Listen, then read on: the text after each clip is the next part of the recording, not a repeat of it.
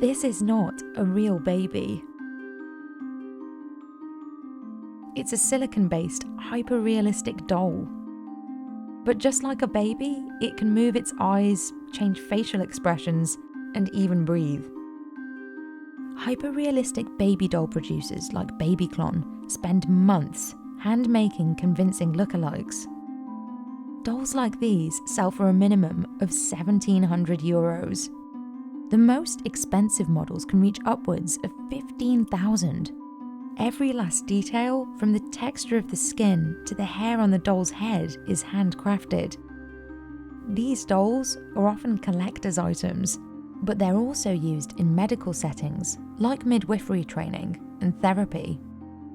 So what makes these baby dolls so lifelike? And why are they so expensive?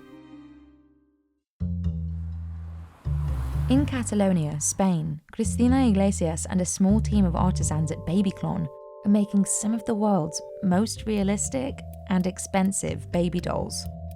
Empecé en mi profesión cuando tenía 19 años, concretamente dentro de los efectos especiales de maquillaje para cine.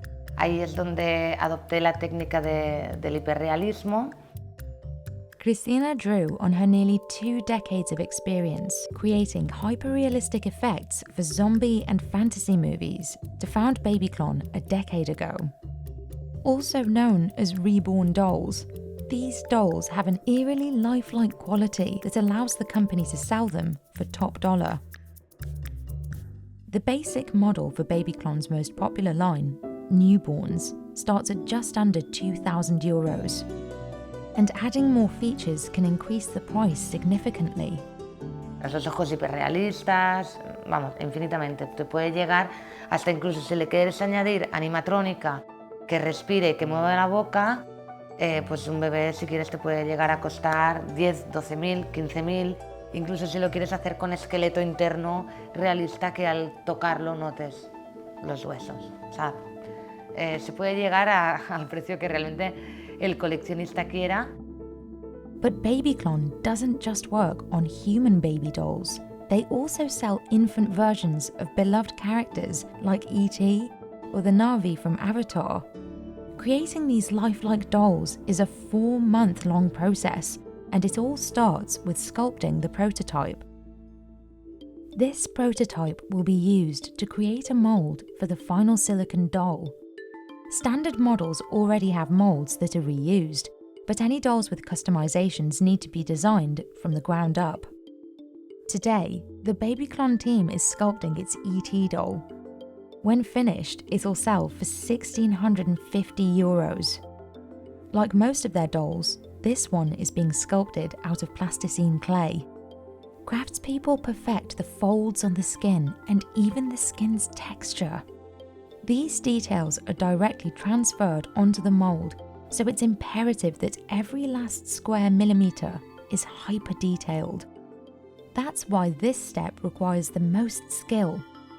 Without extreme attention to realism here, the subsequent mold is useless.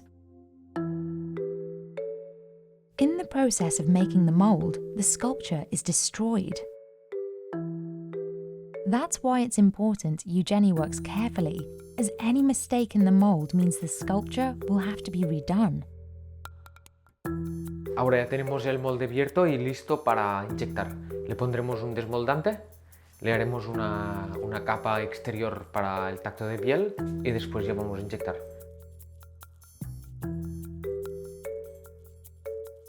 One of the main reasons for Babyclon dolls' high price point is the silicone they're made from. It's medical-grade platinum silicone, which is often used in implants and prosthetics. According to Cristina, this silicone provides the most durability and realism possible. That's why the company is willing to spend €300 on silicone alone for each baby. In fact, the cost of materials can reach €450 per doll. Eugenie uses a special formulation for the silicone mixture to achieve the most realistic-looking skin, weight, and texture. This extreme attention to detail accounts for up to 80% of the value of the dolls Babyclon sells. Over half of the product's price is attributed to the cost of labour alone. Once the injection is complete, Eugenie lets the silicone dry for 24 hours. He carefully opens the mould to reveal the doll inside.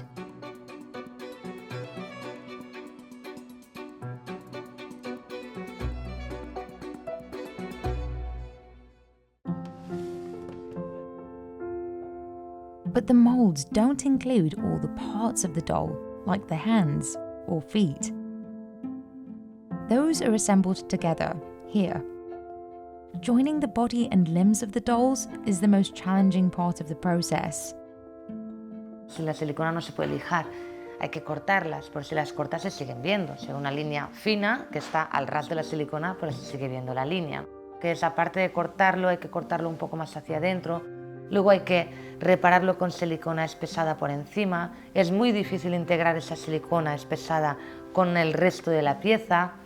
Es un proceso realmente muy complicado de que al final no se note esa junta. Artisans carefully remove excess silicone, making sure not to cut too deeply and damage the doll's skin. The realism of the doll's physical structure hinges on how seamless they can make the joints look. Once this is accomplished, the doll is ready to come to life in the painting and hair department. Here, craftspeople meticulously work on the cosmetic details, from the texture of the skin to the shine of the nails and the colour variation in the mouth. Various changes in complexion and veining on the body are all painted on. El cabello, por ejemplo, pues dependiendo del estilo de cabello que vaya a tener y la edad del bebé, utilizamos unos cabellos u otros cabellos. Normalmente son cabellos de mohair, que es un cabello bastante fino y simula bastante bien lo que es el pelo de un bebé, pero cuando son cabellos muy extremadamente finos, como el vello, ¿no? Como esos bebés que solo tienen vello, o para las cejas, utilizamos pelo de alpaca, que son unos animalitos muy guays. Each strand of hair is individually inserted into the doll's head until artisans achieve the desired look. Many of Babyclon's clients, as with other Reborn dolls, are collectors and enthusiasts. However, these hyper-realistic dolls are also used in other settings, such as therapy for grieving parents and medical training, like that provided by Michelle Beacock. The examination that I teach is a speciality midwifery exam, which all students now have to do. If as a midwife we need to learn how to do a neonatal examination, I feel that we need to do it on a really realistic baby, because it's a really important thing that we're looking at this baby and trying to confirm normality or not. So if you're learning normal on a baby doll that doesn't look normal, how are you ever going to know normal? I think it's really important that we have dolls like this, so that, you know, it's nearly as good as that real life baby in front of you.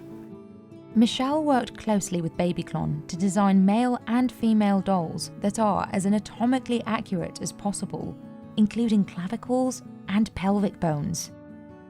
They're called Olivia and John because they arrived on the day that Olivia Newton-John died, and I think our technician was a fan.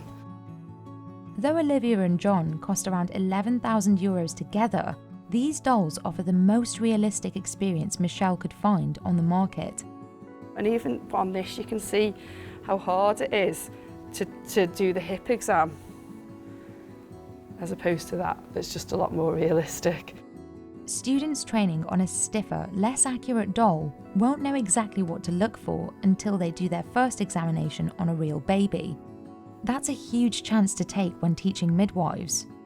And it's a gamble every time because you're lovely, but no. The more realistic the doll, the more prepared the midwives will be to thoroughly assess the health of the baby. So basically all babies have what we call suture lines and fontanelles, little gaps in the scalp basically. You can feel there, and you can feel the suture lines there. And there's a bigger fontanelle at the front that doesn't normally close till about 18 months. The students need to be used to feeling that fontanelle. If that was smaller or fused or closed, it could indicate that there's a problem with the brain not being able to grow because of the gaps in the head not being there. But the hyperrealism doesn't end at the look and feel of the doll.